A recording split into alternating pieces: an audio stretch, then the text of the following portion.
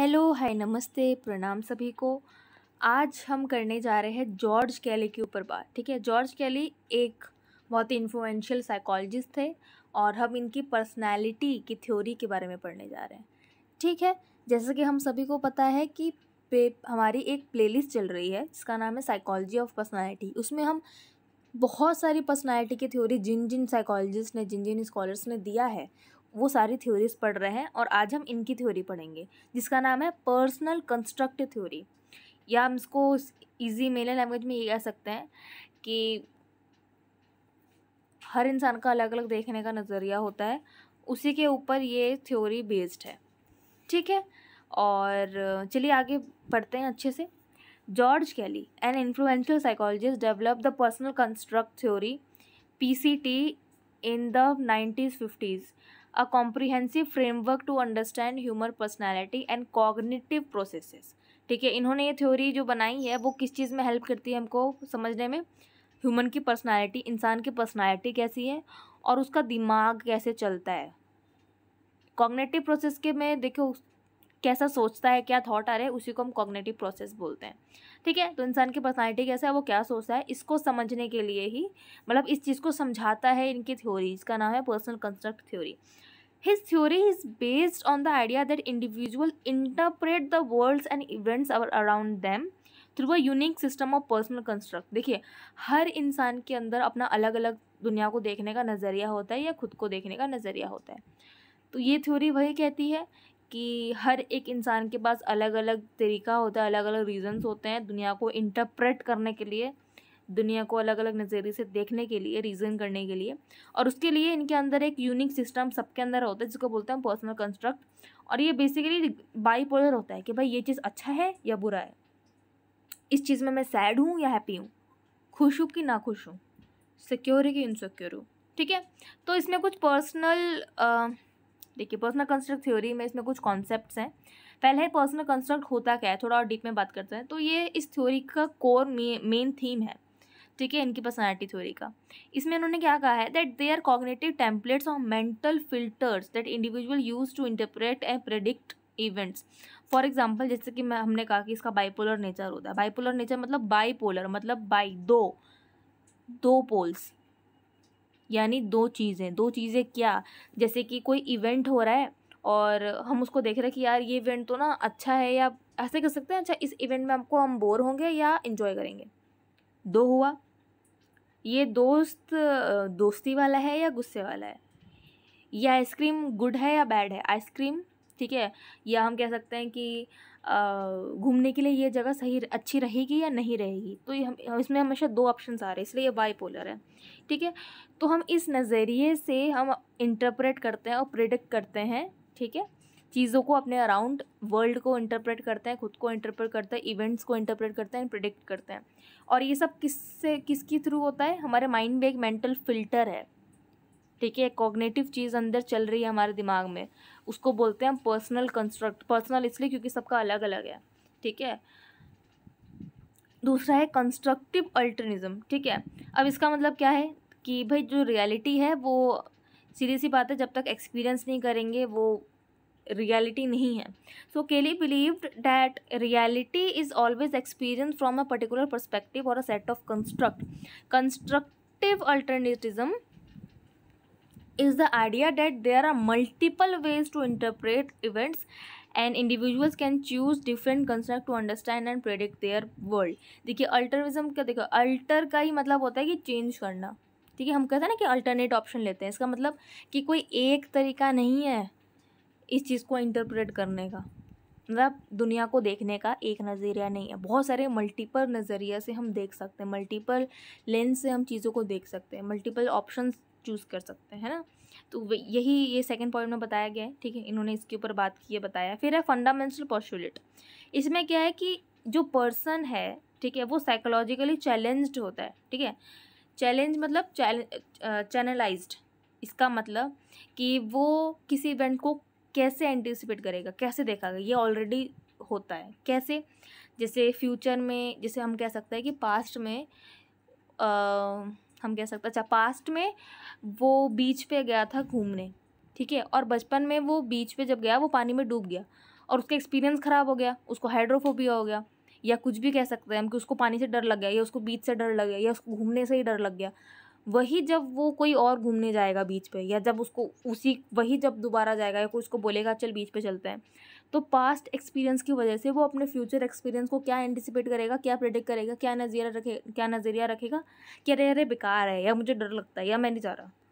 ठीक है, वैसे ही। ओके, तो Kelly's theory is based on the fundamental postulate that a person processes are psychologically channelized by the way in which he anticipates events. वही जो देखिए मैंने जो भी बताया, which means that behaviour is shaped by how individuals expect future events based on their personal construct.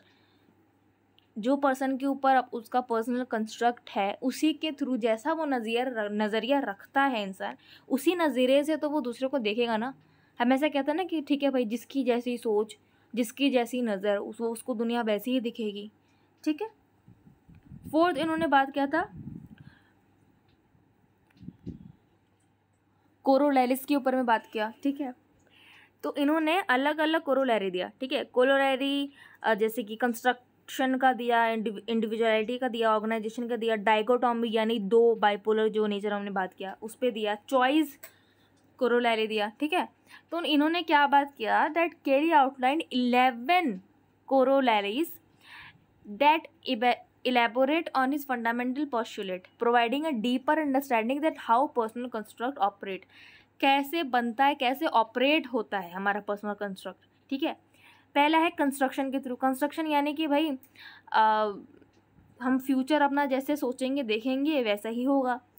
ठीक है, दूसरा है इंडिविजुअलिटी। इंडिविजुअलिटी का मतलब क्या होता है कि भाई अलग अलग पर्सन है, जितने लोग उतने उनके नज़रिया, हर पर्सन का अलग अलग नज़रिया होता है। ठीक है, वही सेम बात है। ऑर्गेनाइजेशन, ठीक है, कि अगर कोई हम ऐसा कह सकते हैं कि ऑर्गेनाइज्ड है हायरार्की में। हायरार्की मतलब रैंक वाइज हम कह सकते हैं, जैसे ऊपर से नीचे या नीचे से ऊपर एकदम एक स्ट्रक्चर मैनर में दिया हुआ है, ऑर्गेनाइज्ड है कि भाई ऐसे ऐसे पर्सनल कंस्ट्रक्ट ये है और ये धीरे धीरे धीरे ऐसे ऐसे बना है। फॉर एग्जांपल कोई बहुत ही गंदा एक्सपीरियंस हुआ होगा तो वो सबसे ऊपर होगा, या क्या कह सकते हैं सबसे नीचे होगा, फिर सरफेस लेवल पे आते आते आते तो वैसे चेंज होता रहता है नज़रिया। ठीक है, अच्छा नज़रिया बनता कैसे है, तजुर्बे से यानी कि एक्सपीरियंस से, और एक्सपीरियंस बैड भी हो सकता है गुड भी हो सकता है। फिर है डाइकोटॉमी कि भाई उसको हम देख कैसे रहे, अच्छा बुरा, बहुत अच्छा या थोड़ा अच्छा, वही जो डाइकोटॉमी होती है, men female, yes no, secure insecure, boring enjoyable, ऐसे। फिर है चॉइस कि जो डाइकोटॉमी है दो के बीच में वो क्या चूज़ करते हैं, ये भी फ्यूचर उनका प्रेडिक्ट करता है। भाई आज अगर हमारे पास दो चॉइसेस हैं और दोनों चॉइसेस में हमने अपना अपना पर्सनल कंस्ट्रक्ट लगाया कि भाई मुझे तो ना पहला वाला ऑप्शन ठीक लग रहा है या मुझे दूसरा वाला ऑप्शन ठीक लग रहा है, मैं वही जाऊँगी।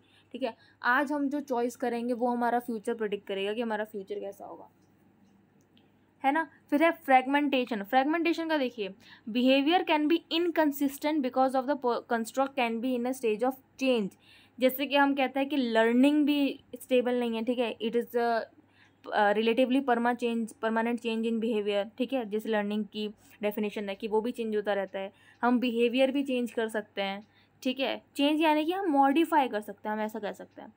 तो बिहेवियर भी एक फिक्स्ड चीज़ नहीं है, जैसे पर्सनालिटी भी एक फिक्स्ड चेंज नहीं है। ठीक है, फिक्स्ड चीज़ नहीं है, उसको हम चेंज कर सकते हैं। कैसे चेंज, कुछ न्यू एक्सपीरियंस आएगा, न्यू नॉलेज आएगा, कुछ अलग हम सीखेंगे और हमारा पुराना वाला चीज़ चेंज हो जाएगा। वैसे ही कॉमनैलिटी है, देखिए अगला, उसमें क्या है कि people with the same construct will behave similarly.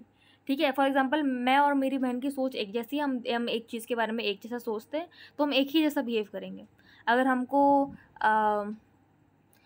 हम दोनों को ही एक पर्टिकुलर टाइप के कपड़े पसंद है तो हम दोनों ही उसी टाइप का बिहेव करेंगे, मतलब जाके हम वैसे ही कपड़े खरीद के लाएंगे।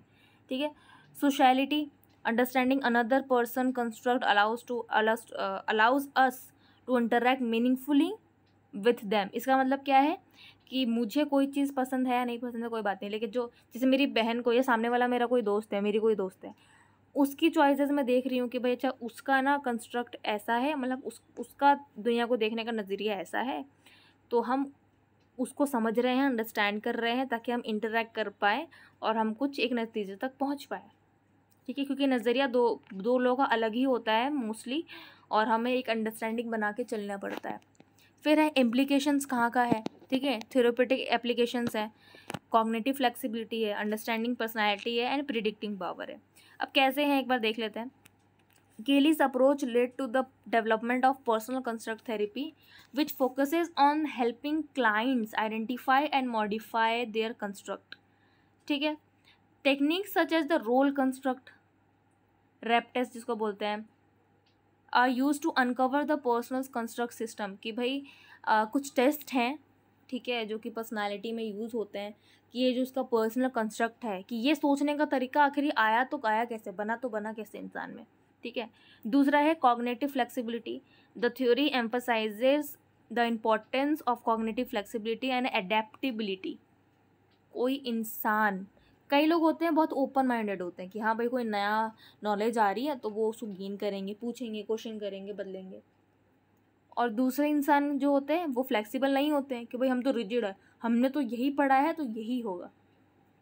तो कई लोग अडेप्टेबल होते हैं, कई लोग अडेप्टेबल नहीं होते। तो ये कॉग्निटिव फ्लेक्सिबिलिटी की बात है कि आप कितना गेन कर पा रहे हो, कितने अटेंटिव हो, कितने अवेयर हो, ठीक है, कितने ओपन हो, कितने एग्रीएबल हो। ठीक है, individuals are encouraged to explore alternative construct and perspective to improve their understanding of themselves and others. Third है अंडरस्टैंडिंग पर्सनैलिटी। ये तो सिंपल सी बात है, अगर हम किसी पर्सनल कंस्ट्रक्ट को एक इंसान कैसा सोचता है और क्यों सोचता है, अगर हम इसके ऊपर ध्यान देंगे तो सीधी सी बात है उसकी पर्सनैलिटी कैसी थी या कैसी बनेगी, या उसकी पर्सनैलिटी कैसी है, हम उसके बारे में जान सकते हैं। Kelly's theory provides a framework for understanding individuals differences in personality. Individual differences की बात यहाँ पे क्यों हो रही है, क्यों वर्ड यूज़ किया है, क्योंकि हर इंसान अलग है, सबका पर्सनल कंस्ट्रक्ट अलग है, दुनिया को देखने का या चीज़ों को देखने का, प्रोडिक्ट करने का बिहेवियर अलग अलग है, नज़रिया अलग अलग है दुनिया को देखने का। Since everyone's construct system is unique, it explains why people perceive and react to the same event differently. कोई 2 पर्सन, कोई ना 5 पर्सन है, पाँचों को सेम सिचुएशन में डाल दिया, लेकिन सब अलग अलग तरीके से रिएक्ट कर रहे हैं। क्यों? क्योंकि उनका पर्सनल कंस्ट्रक्ट अलग अलग है, इंडिविजुअल डिफरेंस है। फोर्थ है predictive power. By analysing a person's construct system, अगर मैंने अपनी बहन का पर्सनल कंस्ट्रक्ट सिस्टम जान लिया कि मेरी बहन कैसा सोचती है या मेरा दोस्त कैसा सोचता है, उसका क्या पर्सनल कंस्ट्रक्ट है, तो मैं उसको प्रिडिक्ट कर सकती हूँ कि अच्छा अगर ये ना इस फील्ड में अच्छा कर रही थी तो उस फील्ड में भी अच्छा कर सकती है, क्योंकि मैंने उसका बिहेवियर प्रिडिक्ट कर लिया है। ठीक है, बाय अंडरस्टैंडिंग हर और हिज पर्सनल कंस्ट्रक्ट सिस्टम, ठीक है, जो पर्सन के अंदर है। This predictive aspect makes the theory valuable for both the clinical psychology में यूज़ होता है और रिसर्च में यूज़ होता है। अब किसी कुछ कॉन्ट्रीब्यूशन और क्रिटिसिज्म पढ़ लेते हैं। क्रिटिसिज्म ये है कि इन्होंने सिर्फ सोचना, नज़रिया और कॉग्निटिव पर्सपेक्टिव पर ज़्यादा ध्यान दिया है, इमोशनल और अनकॉन्शियस प्रोसेसेस पे ज़्यादा ध्यान नहीं दिया है।